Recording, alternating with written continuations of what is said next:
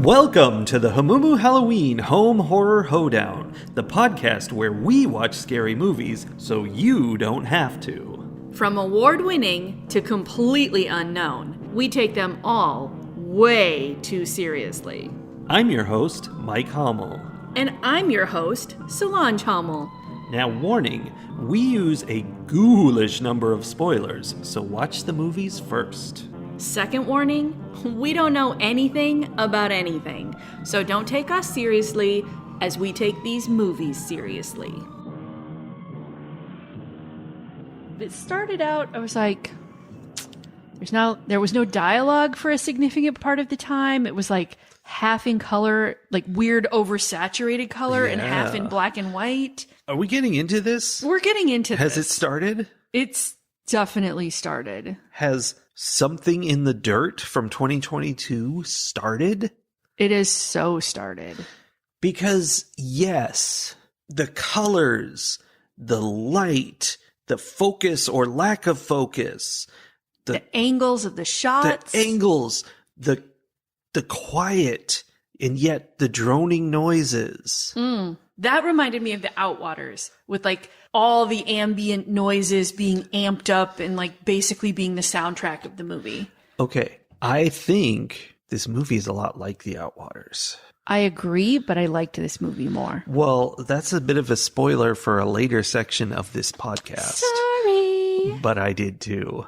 I feel like this is how you do that. Yeah. That's what I thought. But why? What did we like more? Why did this one work and Outwaters didn't? Let's get into that piece by piece. There's a lot of hand gesturing happening here tonight. This movie, I guess I should saying. come clean. Okay. This movie stars Justin Benson and Aaron Moorhead. Are those your time travel guys? Okay. I should be annoyed that you made me watch another of their movies. But the thing is, I'm not, because they make so good. bizarro movies that are very, very good. They know what they're doing. And that's what happened with this movie is as soon as it started, and especially just in the early going, I felt this imagery pounding into my skull, the sound and the sights and the way they were acting and the whole environment. This movie is in LA because it is a very LA movie. And I think it's partly about LA. Oh, I think it was significantly about LA. Cool. Yeah. I'm down with that. Yeah.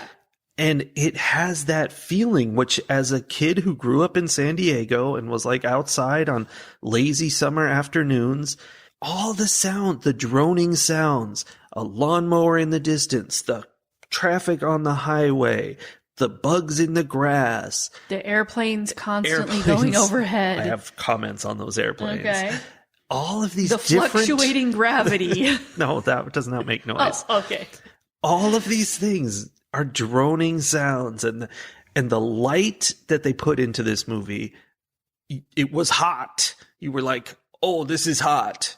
Mm-hmm. And it was sweaty, and it was summer in California, and it was artistic.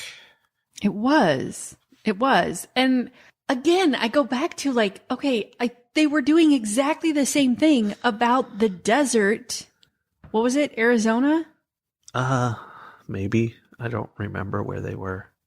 Anyway, they were doing the exact same thing about like camping in the desert with Outwaters. And it didn't hit the same way. And is that because we aren't as familiar with that? Because I didn't, like, hearing you talk about it, I absolutely agree with you, but I didn't have that same, like, reaction to it. But I didn't grow up in Southern California. I grew up in a very different place. Yeah. So it's interesting that it captured that feeling of growing up so accurately for you. Yes. And the Outwaters was insane and pitch black. There is that. Okay, so we sound very enthusiastic about Something in the Dirt at this point. I do want to say it took me a long time to really decide that I liked this movie. It is tricky. Probably like the first half of the movie, I was very on the fence, where I was intrigued, but also mildly annoyed by how surreal everything was. Exactly. That's why I'm saying this was the Outwaters done right. Because both of them, we don't really know what they're about. They're just, I think the Outwaters was artistic, even though whatever. Even though it made you very angry. But this is also very artistic, and it's hard to figure out what's really being said. And I think the real difference is with the Outwaters, I got very little out of it. With this one, there are a lot of different things it makes me think about, and I have ideas about what it can mean. They both were trying to think about, they were both grappling with big ideas and kind of like this whole, you know, the mind-blowing concepts that come to you when you do a lot of drugs. The difference is, they did. I feel like Outwaters, they were still doing the drugs while they were making the movie. And this one, they did a bunch of drugs, had a lot of big ideas, and then sobered up and made a movie about it. That is a way better system, There was a lot. There was almost too much, and I think that's part of why I struggled for the first half, was there were so many things that could have been the whole thing that the movie was about. And these two guys just throwing these like big philosophical world analyzing thoughts at each other at rapid fire pace. Yeah, because the movie is about Levi and John. Levi moves into the apartment. John is already living there. And very quickly, they encounter supernatural phenomena, which is like this glass thing that they've been using as an ashtray, floating up in the air and spinning around in the air and shooting light everywhere. And so that's crazy. And so they spend the rest of the movie trying to make like a documentary about it and filming it so that they can get rich. And that's the movie. The connection that I made with this movie is about how they notice this phenomenon and they start studying this phenomenon, and it continues to get bigger. And every time they like think they start to understand it, it evolves into something even more. And they're like, and now it encompasses this and it encompasses that. And by the end, they're like, it was a massive conspiracy theory. The earth is, you know, going crazy. There's all kinds of stuff happening. No one will believe us kind of situation. And it made me think about, you know, and maybe this is connected to that whole drug piece of it, but it made me think about how when I am starting to feel like I'm getting sick, or I have an injury, or there's some like minor little thing that I notice, you know, oh, my tooth hurts a little bit. And then that's more, and like I obsess more and more and more about that thing until it becomes like the only thing I can think about, until like my whole body is just focused on this one tooth, even though I don't think anything has changed much between when I first noticed it and what I'm feeling later on, but it becomes all encompassing. And I think that's what it felt like to me, like that they had this, the world was going on like normal, but they found this thing. And then they were feeding into each other. Every time one of them would start to sort of be like, yeah, okay, I think I'm out. And I do think it was always Levi. Yeah, Levi was like, you know what? I think maybe I've had enough of this. And then John would come up with something else. Well, and that's part of the story is John came up with some things that weren't real. He rigged some stuff. Yes. So that's an interesting element. And here's the thing. I was kind of ruined for this movie because I saw some discussion of it, and it made me sad that I had seen it because I wonder what thoughts I would have had. But you are right on with those thoughts. Yes. Because it's all about that conspiracy thinking and diving into that rabbit hole, and it, you know, everything you see might fit in, and you can explore that and expand it to incorporate that, and it just grows and grows and spirals. Tying it to like the idea of somebody who's first introduced to like flat earth theory. Yeah. And is not immediately mocking it for the stupidity that it is, but is like mildly like, I hadn't thought about it that way. And then, you know, 6 months down the road, they are, you know, leading some flat earth convention, and wherever. And yeah, it happens that way. I recommend the documentary Behind the Curve. It is very funny and very sad. True. The other one that I'm thinking of is the QAnon one, like something about the storm. Oh. Beyond the Storm or something. Yeah, I don't know what it was called, but yeah. Because it was that same, like there were people who were sort of vaguely interested and then pretty soon are so deep into it that when they realize, you know what, I don't think I believe this anymore, they can't get out because they're escape. Stuck. Yeah. So I want to talk a little more about the characters because we have Levi, we have John, and we've already mentioned... Those are the characters. Right? We've already mentioned that... And the ashtray or the ashtray is a big energy character that lifts the ashtray? I don't know. Anyway, we've already talked a little bit about how John went to extreme lengths to keep Levi engaged in their conspiracy theory. Yeah, and there was like that's a part of the story is that friendship thing and like he didn't want to lose him. But we haven't mentioned yet that Levi has a bunch of things in his past that kind of slowly come out, that he's on the sex offender registry. He has like this criminal background because of something that happened where he was stealing something for his sister who was a drug addict and she died. And like, there's all this stuff that kind of John sort of uses, I think, in that he learns about it. And then he kind of uses the fact that there's this past that Levi is not proud of and maybe has some shame around. And he kind of uses that to keep him around. Yeah. And to manipulate that relationship.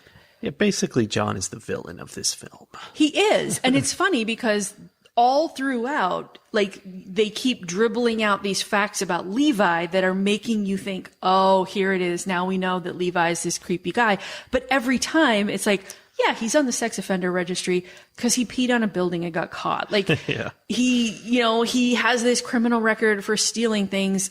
He was trying to help his sister, and apparently his sister told him it was something that belonged to her and he was just trying to get it back. Right. And so every time you think, oh, Levi's a terrible person, later it comes out that Levi's kind of just a naive, kind of fumbling through the world kind of person. Yeah, he's not a successful human being. No. But then John, who seems like he's like kind of got it all together at the beginning, by the end, he is the terrible human being. Well, and there's so many little things that come out about him. He's been like, he's not doing okay at all. His ex-husband is like funding his life, just showing up and giving him checks every so often because he's not making any money. Against his will, apparently. Yeah. Like he's sort of bad situation. Makes it seem like everything is all good and he's living in this place and he's been here long term and he's so settled. But yeah, he's being funded by someone who's just like, if I don't give this guy money, he's going to die. I don't know. It's not good. And he's a member of a cult that is like an apocalypse cult, which is very on theme. This is all very much end of the world stuff. But, as far as he's concerned, it's just like, it's a regular church. It's just like themed around the apocalypse. Themed. It's just a theme. It's just a fun little theme. He breaks into a building at one point in order to prove something. It's after he gets the check from his ex-husband. Then I have the note, John breaks into the door, finds the stray Sphinx cats and the clay tablet, which I don't think he did. Like, yeah, I think he might have been lying about that. Because there was some message about the floating door, and so he found that there's a door that's like a foot or two up off the ground. Not magically, it's just in a wall. The wall up from the floor, yeah. And he opens that, and supposedly he finds some stuff that we never see. I think he found a cat, but he tells Levi that there were like dozens of Sphinx cats. I'm like, no, that's not a cat that's a stray. Like, that's a cat that costs a lot of money. People don't just let those cats be stray cats. But also, he tells him that he found this like miraculous clay tablet that the whole city of LA was based on. Right. Which, like, I mean, that tablet exists. We saw it. Dude, you just made that tablet. Out of Play-Doh. He might have made it. I 100% think he did. There were several mysterious clues that he definitely planted. Yes, I got the sense that he made a clay tablet based on the layout of LA and then brought it to Levi and was like, look, this ancient clay tablet, this like, you know, the guy who created LA. Yeah, the architect who designed the whole city. Yeah, must have done it based on this clay tablet. Because of some cult, the Pythagoreans from way back when. Yes. And Levi was like, okay. I mean, he wasn't super bought into it because he kept wanting to leave. Yeah. But then he didn't. Because every time he was like, I don't, maybe it's real. I'm like, dude, it's not real. Go. Go. But there's so many clues everywhere. And it's because they're looking for clues. I mean, it's well, and so I think clever. he was, I don't remember which one of them said it. So this maybe doesn't fit as much as I think it does, but there's a lot of them convincing themselves that something is really important and true and meaningful by saying it's not about these other things that we know are fake. Like, it's not about Nautilus shells and the Holy Grail or Stonehenge, which now that I think about it, those are all things that actually exist. Well, yeah. But they're like, it's not about those things. It's not a Dan Brown book. Like, they keep saying what it's not so that then they can be like, but it's really happening, so it must be a thing. And then it's weird because we keep talking about all this fake conspiracy stuff, but there really is a magic anti-gravity field in this apartment that like interacts with them and responds to their actions. So here's the thing, though. By the end, I, as the viewer, am questioning because we start seeing how John is like, there were dozens of Sphinx cats. I'm like, there was a cat. I start questioning whether any of that stuff was actually happening and how much of it was hallucination. Because they also, like, my favorite part is that it intersperses the documentary that they're making, and friends, I use air quotes around the word documentary. Yeah. They intersperse these documentary pieces and them talking about the documentary with clips of experts that were coming in, like an architectural geologist and Dr. Rita Miller, who was some kind of sociologist or something. I don't know. Something like that. I have a comment on her. There were all of these like science people, experts that they were tagging in to try to help support their theories.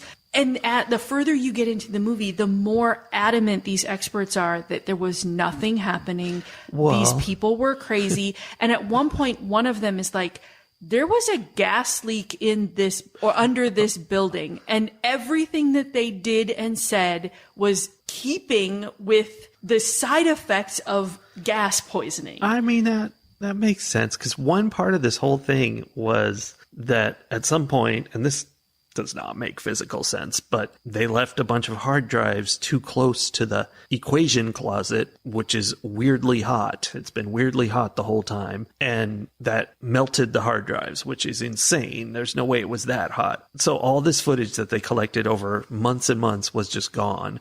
And so that was a big part of the no one believes this anymore. Right.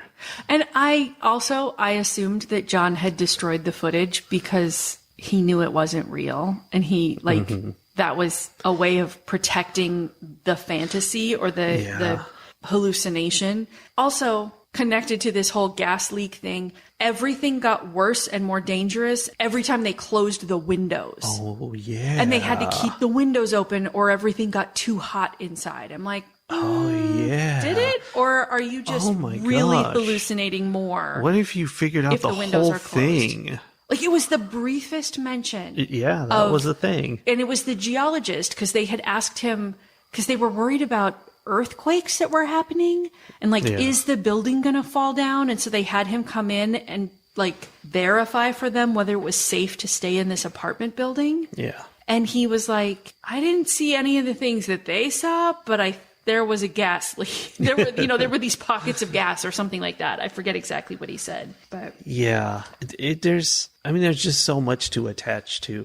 Like, the first time they see this phenomenon, it's very interesting the way it's shown, and maybe it's just the way I saw it, because the light from it's light hitting this, glass sculpture that's got a lot of complicated shapes to it. So when the light hits it, it's blinding. It goes everywhere, and the whole screen is almost totally white, and you can't see what John says is happening. John is the one who sees this and calls Levi in to come see it. He's like, you got to come see this. I never saw it float that time. Like, I was like, it's just, there's so much light. It looks like the sun is coming in the window, hitting this thing and blinding everyone. But then later you totally see it floating very clearly. And it's very possible that it just doesn't, none of this happens. And another part of it, this one is more abstract, but when Levi leaves the room, I think it would always fall to the ground and stop hovering, which is kind of the opposite of what I was thinking. I was thinking it was when he comes in the room, but never mind. It's still weird though. It responds to them. Yeah. Yeah.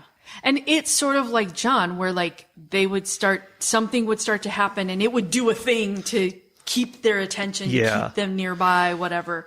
Okay. So I just found one of my notes is Dr. Rita was called in by the geologist due to impaired thinking. He suspected chemical influence. Yeah.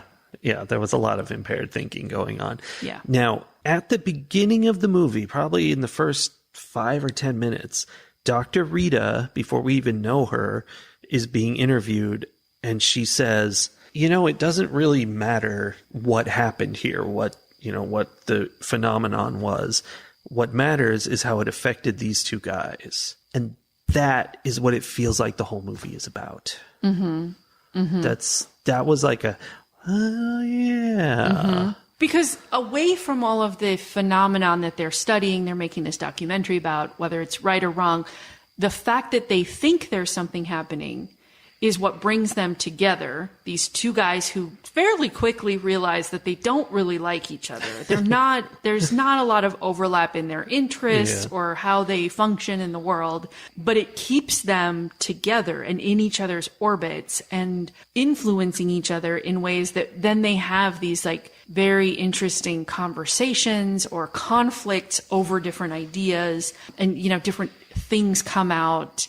They're trying to have a relationship and really, really struggling. And I thought that was an interesting piece about it too. Well, and when I see these directors, these writers/directors, these auteurs, first time I know they're your favorite people in the world. Yes. The first time I ever saw them was Resolution, which is a movie that through a lot of reading about it, I came to understand is about filmmaking in an abstract and interesting way. It's it's a 5+. And that's what I'm thinking here. This movie is set in LA. It's about LA and this blinding phenomenon that affects these guys and, the crazy special effects. But what matters is not that, it's how it affects the people.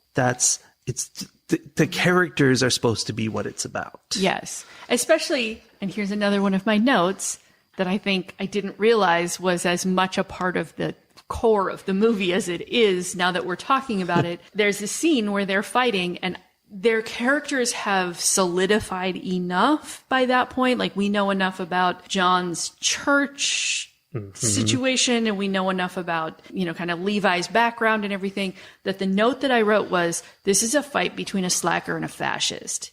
Oh. And when you think about it, is that not LA? LA is a fight between a slacker and a fascist. I mean, fascist might be a little bit of a stretch, but the slacker and the capitalist maybe is a better word, but I have to have attention. I have to be in control. Everyone should be looking at me and believing what I'm saying, that sort of thing. And then I live on the beach and I skateboard to work and, I am still a busboy at 45. And a bartender, and he's very happy about right, bartending. Perfectly. They're not saying that in a bad way. They're like, this is what I want to do with my life. I don't have to have any more responsibility than this, and I'm totally okay with it. That is a very, maybe not just LA, but to me, that's a very Southern California, vibe, is those two cultures clashing constantly. Okay. Okay. A lot of deep thoughts. Uh-huh. But here's an entirely other thing that this movie thinks about and attacks. And before I say it, I just want to say that's the difference between this and Outwaters. Okay. All of these things are going on, and you can tell they all mean stuff. We've talked about so many different things, and I don't know what's right, and it doesn't matter because it's art and you interpret it. I knew that stuff meant stuff in Outwaters But not too, like but I had this. no idea what. Exactly. Even after thinking about it and talking about it, I still was like, I don't know why there are donkeys. I don't know. There were definitely donkeys. Okay.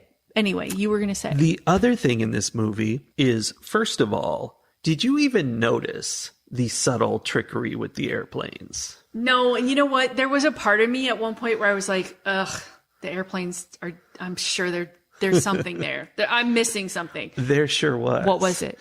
Those were not real airplanes. They were CGI airplanes because they were doing things airplanes don't do. One of the later ones, you could think, oh, it's just taking a turn. Because they were flying along and they would turn, but earlier on it wasn't just turning, it was like slip sliding. Like they would get off kilter and out of whack. And it was, you only see them like through this gap between buildings. So it's real quick and it's, you know, you might not notice it, but it's just that off kilter, something is wrong here. And you could think of it in very material terms of this gravity field is in their apartment and it's screwing up the airplanes going over, which is fun to think about. But also it's this, the whole movie is feeding you this apocalyptic, things aren't right kind of feeling. It really had an energy of like, you know, the pocket movie which it was, you know, where you are just following a very small cast of characters. You have no idea what's going on around them, but if there's hints at what's happening around you. Yes, they're in the middle of something. It's like Shaun of the Dead, where it's so much about one character and what that one character is noticing that it's not until you've watched it a couple of times maybe and you start looking around in the periphery and seeing like, oh, we see everything that's happening. We just didn't pay attention to it because we were so focused on what the character was focused on. Yeah. And this felt like that. Like I was so focused on these two guys and what was happening to them. But I also felt like if I could have seen beyond the buildings, the like, world was probably happening? burning down around them. And they were just very focused on their fluctuating gravity field. Yeah. But also maybe not. Because I don't think any of it was really happening. Well, yeah, there was impaired thinking. Yes. But that's not all about the airplanes. Okay, what else? Because throughout this movie, and certainly early on, there's a part where John, this is when we first learn John's a liar. John is like, oh yeah, the guy who lived in that apartment jumped out the window and landed right there where you're standing. And the camera jumps out the window and falls down to where he's standing. And it's, you know, kind of jarring to watch descending to the ground. Throughout the movie, many more times, probably 4 or 5, a camera is thrown to the ground or a drone goes down or whatever. And we get that view of plummeting to the ground from the sky. And then the movie ends with Levi mysteriously floating out into the sky and disappearing. For all we know. Well, but then doesn't he then fall out of the sky and like end up smashed on the ground somewhere? And because they gave John his ashes, or at least John thinks they gave him his ashes. Is that how it did? I thought they never found him for some reason. There was a shot of him like, you know, like all bent up and folded up in front, like on the ground somewhere. Okay. But I don't know. I wasn't entirely following all of it. Neither was I. That's the fun. So that's like throughout the whole movie, we're pre-seeing him falling from the sky from a great height. And he's afraid of it. He's afraid of it for the whole movie. And I was thinking, okay, here's this guy. He's a slacker. He only wants to be a bartender. He's afraid to get up high because he will fall so far. The whole movie. Like in a don't take risks in your life kind of a way? in life. Oh. It's in there. That's not. Super deep. Also, his sister fell off of a tall building at the construction site and died. And so I'm sure there's like, that is absolutely part of that story. So that's a part of the whole thing. Interesting. But it's all different parts and it all goes together. And this is definitely one of those movies where you're going to watch it. You want to watch it carefully. You want to pay attention. You want to follow it. I did not do that as well as I could have, I don't think. And then you probably are going to want to watch it again because once you've put all the pieces together, the stuff at the beginning is going to mean something different the next time you watch the movie. There's just a lot there to think about. Layers. Yeah. Layers. Also, I really liked the end where they're interviewing John because Levi has, floated up into the earth, into the air, landed. He floated up into the air because the gravity field got so out of whack that he just floated away. Yeah, because John was inside in bed and he wakes up like at the ceiling and falls to the ground. He finds a cigarette butt on the balcony outside, which means Levi had been out there smoking and so there was no ceiling to stop him. We see him float across the moon like E.T. style. We definitely did. and then he, landed, whatever. So like we see this whole thing at the end, which was very fantastical. But then they're interviewing John, and one of the last things he says is, some of my figures were off. Some of my figures were off. The interviewer asks which ones, and he just says, some. Yeah. And but that's basically the end of the movie. I mean, that's more of that. We don't really get all the details on anything. I love an unreliable narrator. And these guys were both unreliable. Like you talked about his sex offender registry is because he peed on a building. That's what he said. Right. We never find out what the truth of it is. That is very true.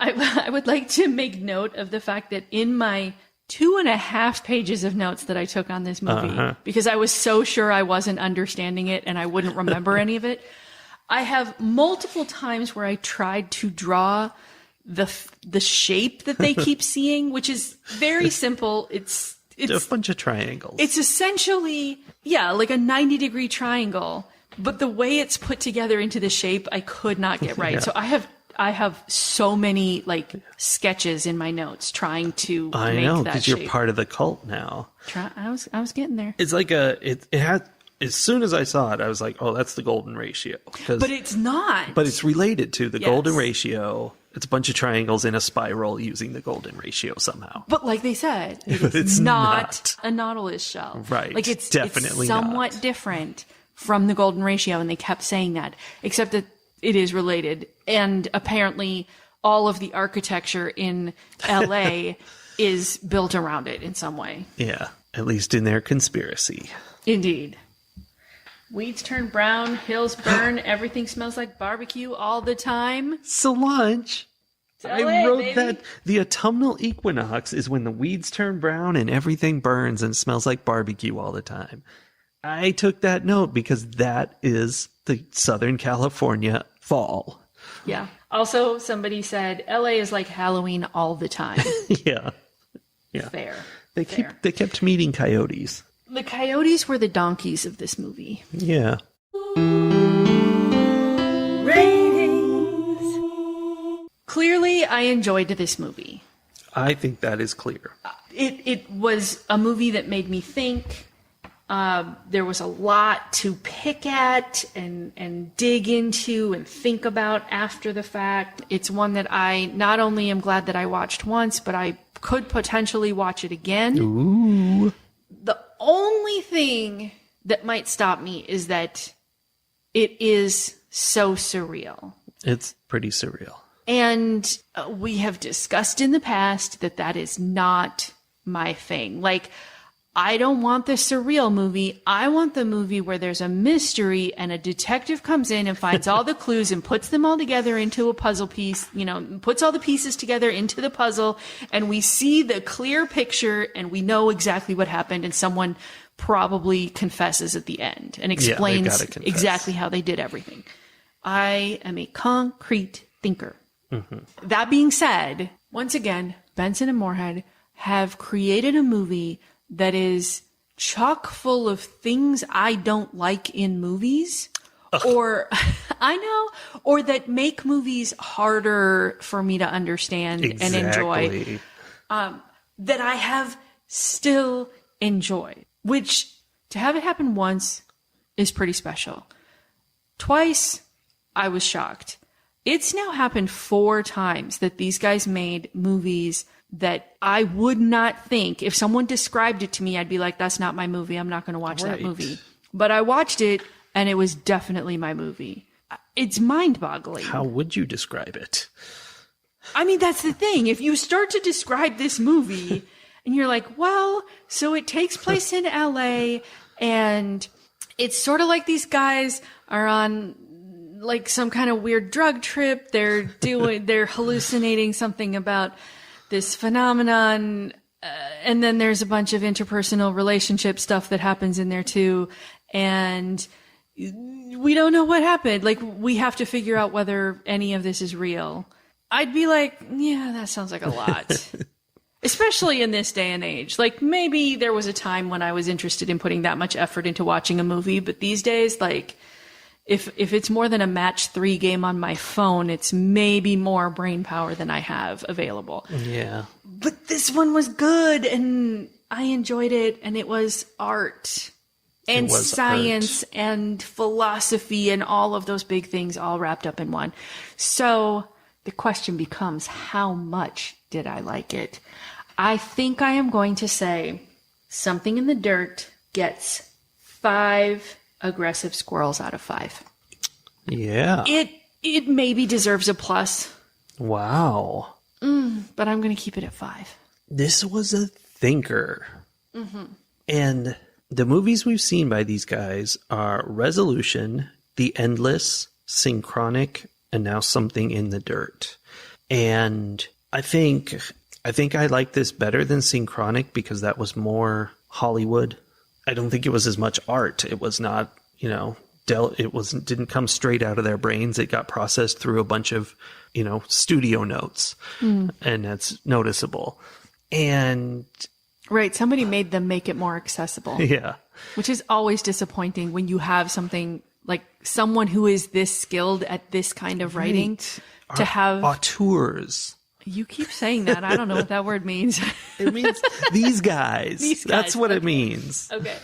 No, but, and I understand why Hollywood producers and whatnot think they need to tell people how to make a movie something that people will want to watch. Because they're wrong.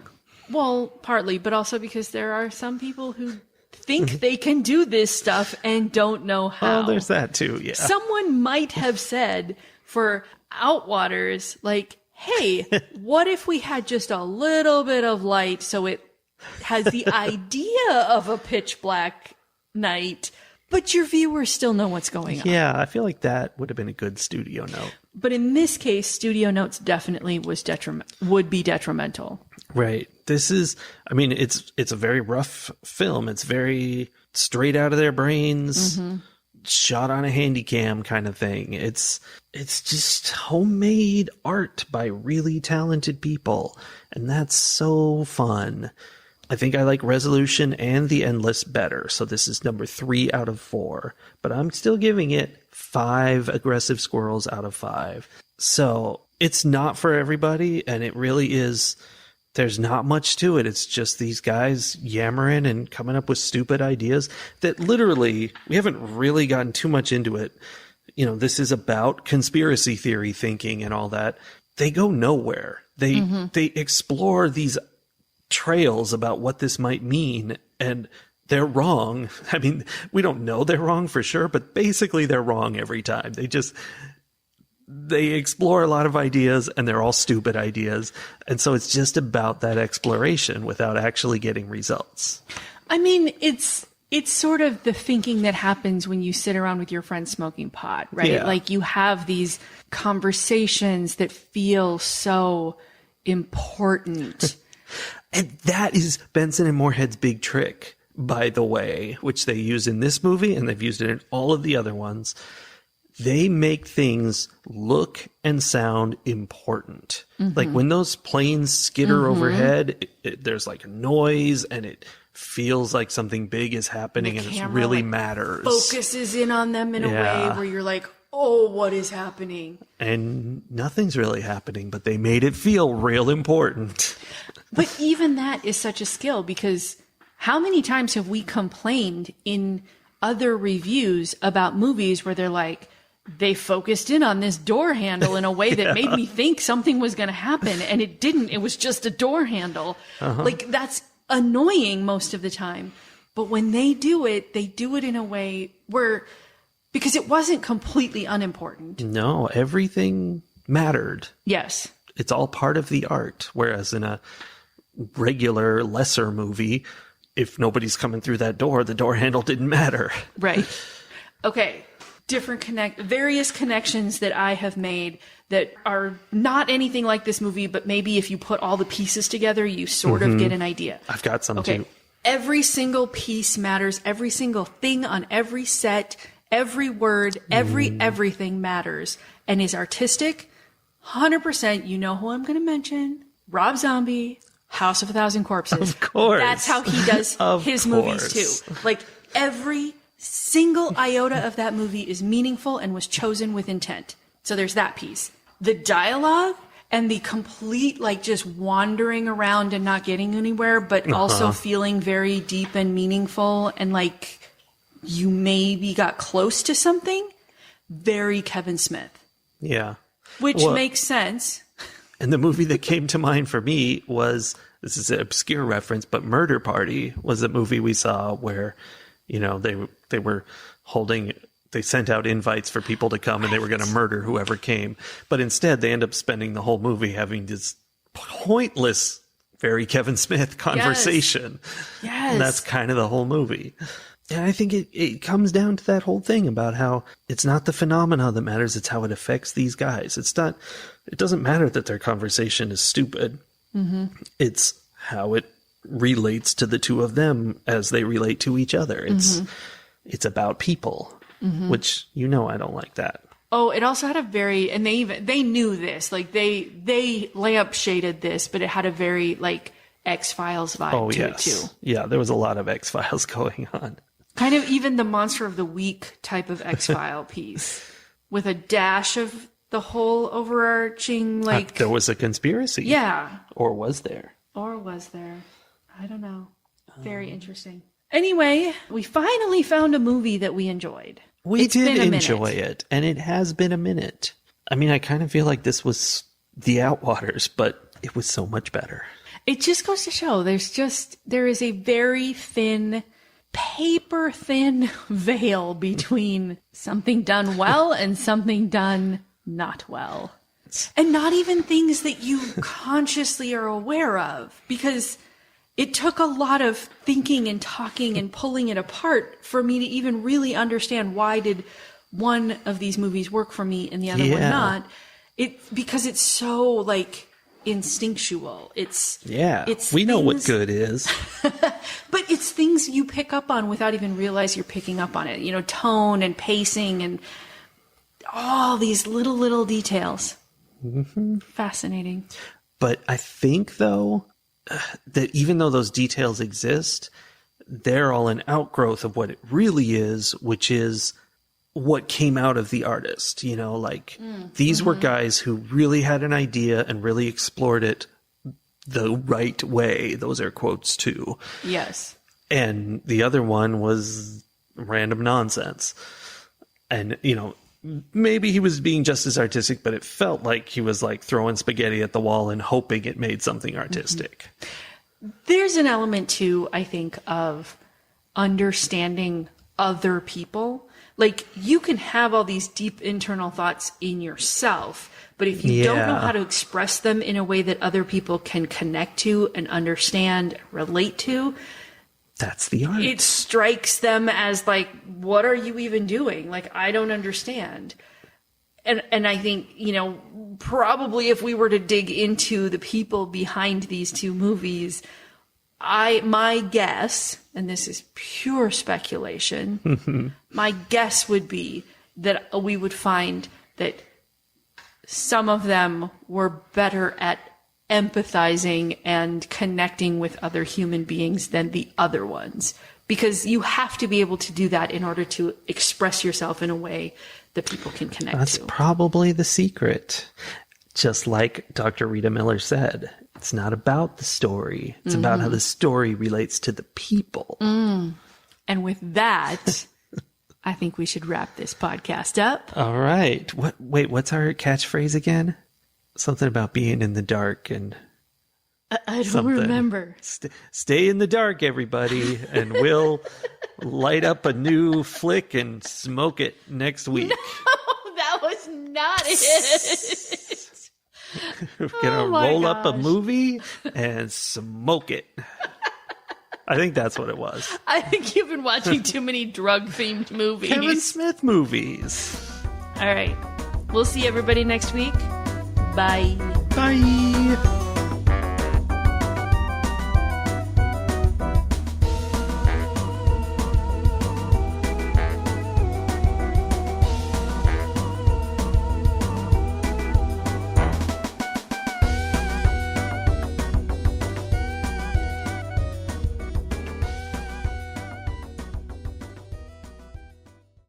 Audio Test. recording Stop system talking while I'm talking. engaged.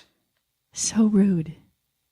Yeah, but it's picking up sound very nicely, I think. Delightful. Ruthie's being snuggleballs under there.